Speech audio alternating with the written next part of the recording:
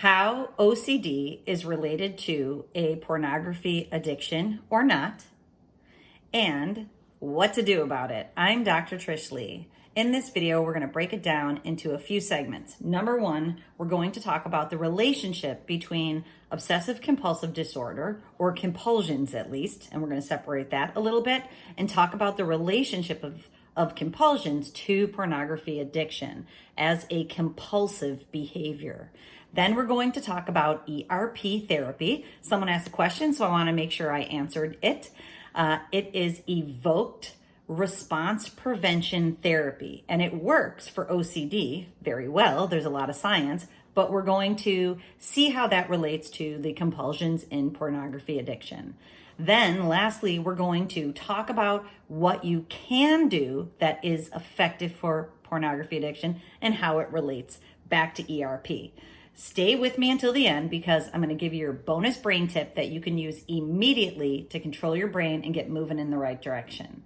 Okay, so first and foremost, how does OCD or compulsions relate to an addiction to watching pornography or a compulsion to watch pornography?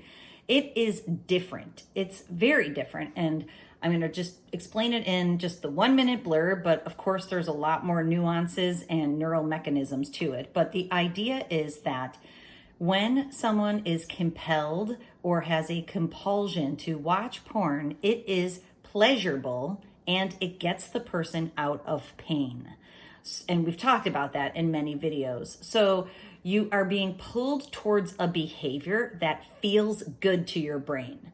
And that's called egodystonic, meaning that it is in line with what your ego wants. So your ego wants to feel good. Your ego wants pleasure. Your ego wants to avoid pain. It is in line with what your nervous system would serve your nervous system.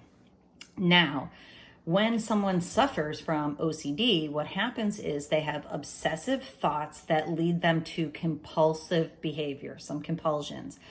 But it's egodystonic, meaning that they don't want to have to do the behavior. It's not a behavior that feels good to them. And what happens in OCD is actually the person suffers from a lot of anxiety about having to do the behavior. And that anxiety creates fear, which makes their brain pattern worse. And the way that ERP works, so kind of transitioning into the second aspect, which I'll kind of bounce back to the first one in a second, but the way ERP therapy works is you put the person in that situation to evoke the obsessive thoughts that make them want to do the compulsive behaviors. But then they choose a new response. So if someone has a germ issue and they feel the need to wash their hands, even though their hands are already clean, by evoking the feelings of needing to wash their hands, but then helping them to be able to move through those feelings and not wash their hands again, not engage in the compulsive behavior that's giving them a lot of anxiety, you can break the loop of the anxiety and the fear that's associated between the thoughts and the need to do the behavior to get rid of the thoughts. That's egodystonic. It doesn't feel good to the person. It doesn't feel good to their nervous system. It's not bringing them pleasure in washing their hands. It's actually creating more anxiety and angst, which is why ERP is not a successful therapy for pornography addiction.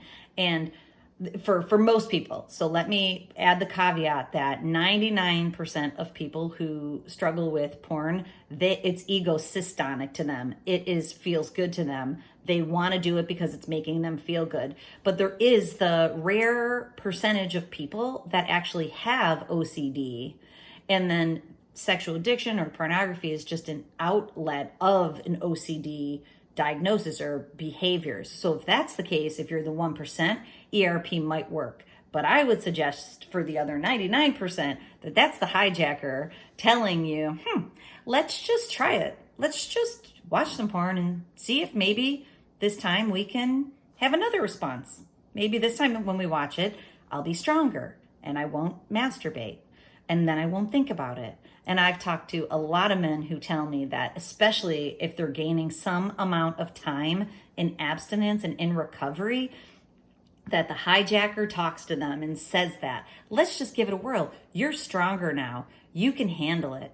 We'll just make this a habit every one time a month. We won't do it all the time. That's the hijacker talking. So listen to that voice and see if it's the hijacker trying to grab the wheel from you because you're doing a good job in recovery, because he will do that. So be forewarned. If you've watched some of my other videos, you know that at 30 days, at 60 days, at 90 days, those tend to be the humps where that hijacker is going to try to pull that wheel back from you. Okay, so what to do instead? What to do instead is to get the neurochemicals flowing in the right direction through other behaviors. I know, I'm a broken record, but if the shoe fits, right? It's neuroscience. Neuroscience shows that not only avoiding the behavior that we don't want to do, but anchoring into behaviors that we do want to do that give us the appropriate amount of the neurochemical release. And maybe doing it a little harder or a little more, like working out is a perfect one. That's why if you troll YouTube, you'll see men who are in recovery who went from flabby to having huge muscles, because working out is a really good way to get the dopamine flowing, the serotonin, the epinephrine, the everything flowing in the right direction, the opioid types of neurochemicals in your brain, and it's going to make your brain feel good. Plus you start to look better, which gives you more self-confidence. You're staying away from your habit, which breaks the shame cycle. So working out is the go-to in the early days. But you've heard me talk before, the road to success is anchoring into something in your work, anchoring into something in your relationships that serve you, and anchoring into something in your hobbies. And that's where working out can fit in. But finding something to pull you forward so you're not listening to that hijacker. Okay, so your bonus brain tip for today is, let's talk about your relationship. If you're in a relationship, a way to reboot your system from objectification that has been happening and from being in the fourth wall. If you know what the fourth wall is, it's in movies when, the actor or the actress breaks the scene to look directly at you. That's you, unfortunately. You're on the other side of the fourth wall as a third, fourth, fifth party in the videos, if you get my meaning.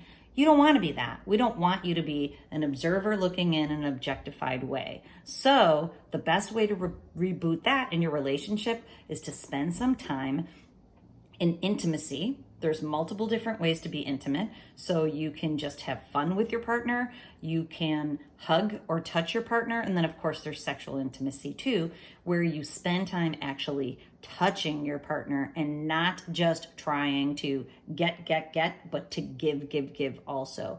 That is relational. So spend some time thinking about having relational intimacy and trying to pull that off a little, because it will pull you out of the objectification.